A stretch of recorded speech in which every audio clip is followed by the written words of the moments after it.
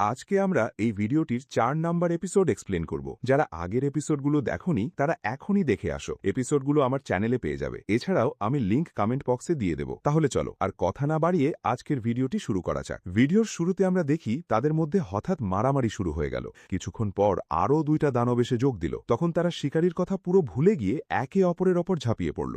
তখন সবাই বুঝতে পারল ভিন্ন ধরনের ওষুধ দেওয়া দানবগুলো একে অপরকে স্বাভাবিক শত্রু মনে করে আর শেষ পর্যন্ত মরার আগ পর্যন্ত লড়াই করে। তখনই তারা বুঝল সোফিয়া কেন দানবগুলোকে একটার পর একটা ছাড়তে বলেছিল, একসাথে সব না। স্ট্রে বলল, যা হয়েছে সেটা আমাদের জন্য ভাগ্যের ব্যাপার, কারণ আমরা কখনো একসাথে এতগুলো দানবকে হারাতে পারতাম না। এই খবর জাদুকর লর্ডের কাছে পৌঁছতেই সে সঙ্গে সঙ্গে সোফিয়ার সাথে যোগাযোগ করল। সোফিয়া প্রচণ্ড রেগে গিয়ে ফ্লিককে বকাঝোকা করতে লাগল, কারণ সে তার আদেশ না মেনে নিজের মতো কাজ করেছে। সে চিৎকার করে বলল, আমি সবকিছু খুব হিসেব করে পরিকল্পনা করেছিলাম, আমি কখনো হুটহাট কিছু করি না। তুমি যদি পরিকল্পনা মতো চলতে তাহলে এতক্ষণে আমরা জিতে যেতাম, কিন্তু তোমার বোকামির কারণে ওরা এখন আমাদের অবস্থান খুঁজে বের করার আরও সময় পেয়ে গেল। এই সমস্যা ঠিক করতে হলে দ্রুত আঘাত করতে হবে আর আক্রমণে সব হেট্রেড ইটারদের ব্যবহার করতে হবে, কারণ শুধু ওরাই স্ট্রের শক্তির মোকাবিলা করতে পারবে। মনে রেখো ফ্লিক, আমি বলেছি সবাইকে, শুধু একজনকে না। এরপর জাদুকর লর্ড ফ্লিককে কঠোরভাবে আদেশ দিল সোফিয়ার পরিকল্পনা ঠিক যেভাবে বলা হয়েছে সেভাবেই পালন করতে। সে বলল, এটাই তোমার শেষ সুযোগ নিজের যোগ্যতা প্রমাণ করার আর বড় ভুলটা ঠিক করার। ফ্লিক প্রতিজ্ঞা করল সে নিজেই সব ঠিক করবে। অন্যদিকে স্ট্রে পুরো পরিস্থিতি খুব মন দিয়ে পর্যবেক্ষণ করছিল। সে জাদুকর লর্ডের লুকিয়ে থাকার জায়গা খুঁজছিল। দূর থেকে তালিয়া তাকে দেখছিল আর পুরনো স্মৃতিতে হারিয়ে গিয়েছিল, কারণ একসময় স্ট্রেই ছিল তার শিক্ষক আর সঙ্গী যে সবসময় তাকে ছাড়িয়ে যেত। তালিয়ার মনে পড়ল স্ট্রের সাহস অসাধারণ ছিল। ভয়ঙ্কর পরীক্ষাগুলোতেও সে কখনো ভয় পেত না। মাঝে মাঝে তালিয়ার হিংসেও হতো, কারণ সে ভাবত কখনোই স্ট্রের মতো হতে পারবে না। স্ট্রের কথা ভাবতে ভাবতে তালিয়া বনের ভেতর হাঁটছিল। তখন তার দেখা হলো সেভেনের সাথে। এত রাতে তাকে জেগে থাকতে দেখে সেভেন অবাক হয়ে গেল। তালিয়া বলল, আমি শুধু এই অদ্ভুত পরিস্থিতির কথা ভাবছিলাম। সেভেন বলল, এর থেকে অদ্ভুত ব্যাপার হলো ওই অপরাধীরা শুধু তোমাকেই লক্ষ্য করছে। মনে হয় তোমার চুলের অস্বাভাবিক রংটাই ওদের নজর কেড়েছে। তালিয়া তার কথায় সম্মতি জানালো। ঠিক তখন স্ট্রে গিল্ড মাস্টারকে জানালো যে সে জাদুকর লর্ডের অবস্থান খুঁজে পেয়েছে। সে সব শিকারীদের একত্র করল এবং জোরে সেই জায়গার নাম বলল। এটা শুনে বন্দীরা ভয়ঙ্কর রেগে গেল এবং চিৎকার করে বলল, না, এটা আমাদের নেতার আসল আস্তানা না। বন্দীরা চিৎকার করে বলল, নেতা সেখানে নেই। ওদের ভয় আর রাগ দেখেই স্ট্রে নিশ্চিত হয়ে গেল যে সে ঠিক জায়গাটাই খুঁজে পেয়েছে। অপরাধীরা আতঙ্কে চিৎকার করতে লাগল, সোফিয়া, আমাদের বাঁচাও। শিকারীরা অবাক হয়ে জিজ্ঞেস করল, এই সোফিয়া আবার কে? স্ট্রে বলল, সোফিয়া হলো আমার সবচেয়ে বড় শত্রু। সে জাদুকর লর্ডের শিষ্য আর ডান হাত। তাকে যেন এক ভূতের মতো লাগে, যখন খুশি যেখানে খুশি হাজির হতে পারে। আর সেই কারণেই সে আমাদের সবচেয়ে ভয়ঙ্কর শত্রুদের একজন। স্ট্রের কথা শেষ হতেই শিকারীরা জাদুকর লর্ডের গোপন আস্তানার দিকে রওনা দিল। পথে হঠাৎ ফ্লিক তাদের ওপর আক্রমণ করল। তার সাথে ছিল এক হেট্রেড ইটার, যে ভয়ঙ্কর বজ্রপাত ছুঁড়ে মারতে পারত। সব বজ্রপাত একসাথে স্ট্রেদের দিকে ধেয়ে এল। ফ্লিক যখন ভাবল সবাই শেষ হয়ে গেছে, তখন সে গর্ব করে মাটিতে নেমে দাঁড়াল। শিকারীদের বিদ্যুতের আঘাতে পড়ে যেতে দেখে সে হেসে হেসে বলল, আমি জানতাম শুধু একটা দানব দিয়েই তোমাদের সবাইকে হারাতে পারব। এখন প্রমাণ হয়ে গেল সোফিয়ার পরিকল্পনা ভুল ছিল। এখন আমি নেতার কাছে গিয়ে বলবো কিভাবে আমি একাই তোমাদের শেষ করেছি। কিন্তু হঠাৎ সে অবাক হয়ে দেখল স্ট্রে তার সামনে একদম অক্ষত অবস্থায় দাঁড়িয়ে আছে। রাগে স্ট্রে বলল, কোন দানব দিয়ে আমাদের হারানোর কথা বলছ? এটা তো খুবই দুর্বল জাদু ছিল। এর চেয়ে অনেক শক্তিশালী আক্রমণের বিরুদ্ধে আমি প্রশিক্ষণ নিয়েছি। হঠাৎ স্ট্রে তার সাথে থাকা বন্দুক বের করে সেভেনকে গুলি করল। সবাই অবাক হয়ে গেল, কিন্তু পরে বোঝা গেল বন্দুকটাতে বিশেষ ধরনের হিলিং ডোজ ভরা ছিল। সেটা শুধু সেভেনকে সুস্থই করল না, তার শক্তিও ফিরিয়ে দিল। নতুন শক্তি পেয়ে সেভেন মুহূর্তেই সামনে ছুটে গিয়ে এক ঘুষিতেই ফ্লিকের সব শক্তি শুষে নিল। এরপর সেভেন দানবটার দিকেও এগিয়ে গেল, কিন্তু তার শক্তি দানবটার সমান ছিল না। ঠিক তখন গিল্ড মাস্টার নিজেই সামনে এসে দানবটার সাথে লড়াই শুরু করলেন, আর স্ট্রে ব্যস্ত হয়ে পড়ল অন্য শিকারীদের হিলিং পোটিয়ন খাইয়ে সুস্থ করে তুলতে।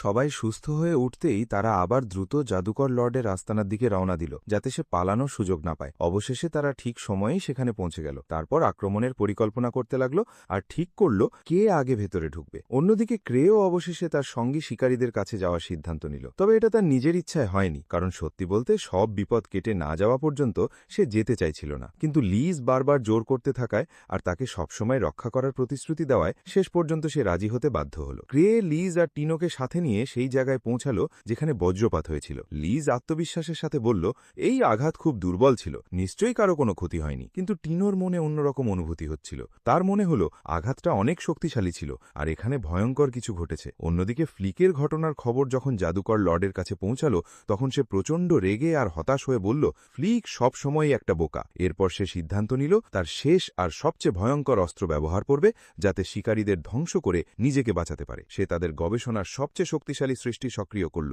এবং বলল, এটাই আমাদের কাজের সর্বোচ্চ ফল। এই দানব আকাশা। প্রস্তুত হও শিকারীরা, কারণ আকাশা তোমাদের সবাইকে শেষ করে দেবে। তার সামনে কেউ টিকতে পারবে না। এরপর সত্যিই ভয়ঙ্কর দানব আকাশা শিকারীদের সামনে হাজির হল। তবে সে একা ছিল না, তার সাথে ছিল হেড্রেডিটাররাও। তাদের মারাত্মক বজ্রপাত পুরো যুদ্ধক্ষেত্রকে আরও ভয়ঙ্কর করে তুলছিল। শিকারীরা যতই শক্তিশালী আর দক্ষ হোক না কেন, তারা এই ভয়ঙ্কর দানবদের সামনে টিকতে পারছিল না। বিশেষ করে আকাশা, যে সামনে যা পাচ্ছিল সব ধ্বংস করে দিচ্ছিল। ঠিক সেই সংকটময় মুহূর্তে লিজ যুদ্ধক্ষেত্রে পৌঁছে গেল। চারপাশের ধ্বংসযজ্ঞ দেখেই তার চোখে আগুন জ্বলে উঠল। সে সরাসরি আকাশার দিকে ছুটে গিয়ে চিৎকার করে বলল, এবার আসল যুদ্ধ শুরু হবে। এদিকে সুযোগ বুঝে অপরাধীরা নিজেদের বাঁধন খুলে ফেলল আর দ্রুত জঙ্গলের দিকে পালিয়ে গেল। সেই সময় ক্রে এখনও টিনোর সাথে রাস্তায় ছিল। টিনো তাকে খুব সতর্কভাবে পাহারা দিচ্ছিল। ক্রের চেহারাটা কিছুটা অদ্ভুত লাগছিল আর তার চোখের দৃষ্টিও বদলে গিয়েছিল। কিন্তু টিনো সেটা খেয়ালই করল না, বরং সে কথা বলতে বলতে বলল, আমার মনে হচ্ছে কেউ আমাদের দেখছে। এই জঙ্গলটা কেমন যেন অস্বাভাবিক লাগছে। ক্রে শান্তভাবে উত্তর দিল,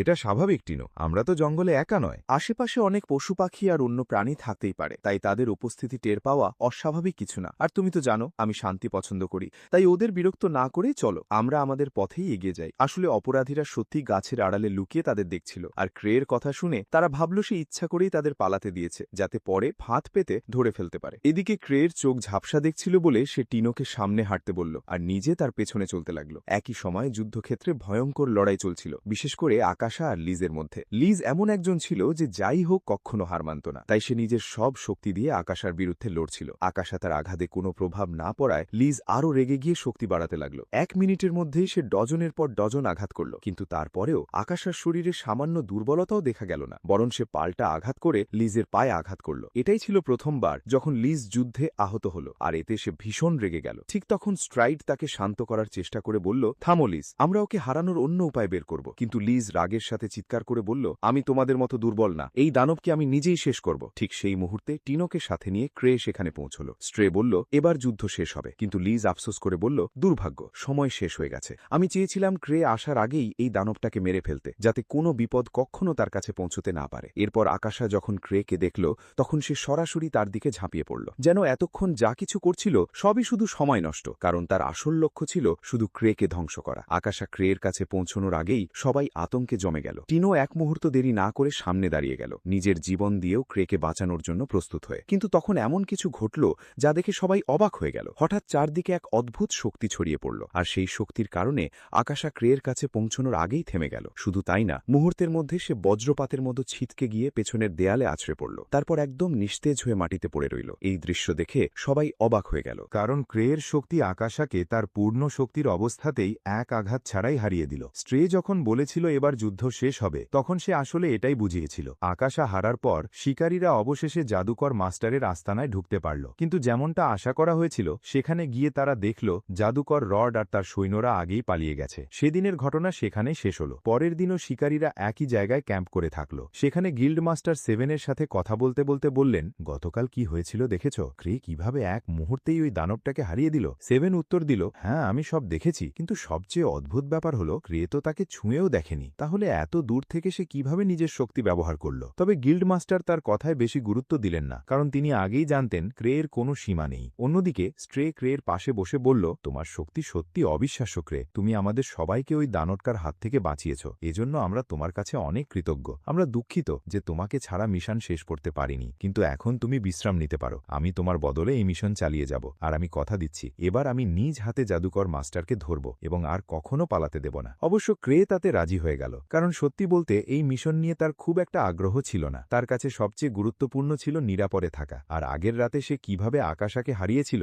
সেটাও সে নিজে জানত না, কারণ তখন চারপাশ অন্ধকার ছিল আর সে আসলে কিছুই ঠিকমতো দেখতে পারেনি। আর এখানেই আজকের ভিডিওটি শেষ হয়। এর পরবর্তী পার্ট দেখার জন্য এই চ্যানেলকে সাবস্ক্রাইব করে আমাদের পাশেই থাকো। আর যদি এই ভিডিওতে 100টি লাইক আর 50টি সাবস্ক্রাইবার পূরণ করে দাও তাহলে আমি খুব তাড়াতাড়ি এর পরবর্তী পার্ট নিয়ে আসব। দেখা হচ্ছে এর পরের ভিডিওতে। সেই পর্যন্ত ভালো থেকো, সুস্থ থেকো। ধন্যবাদ।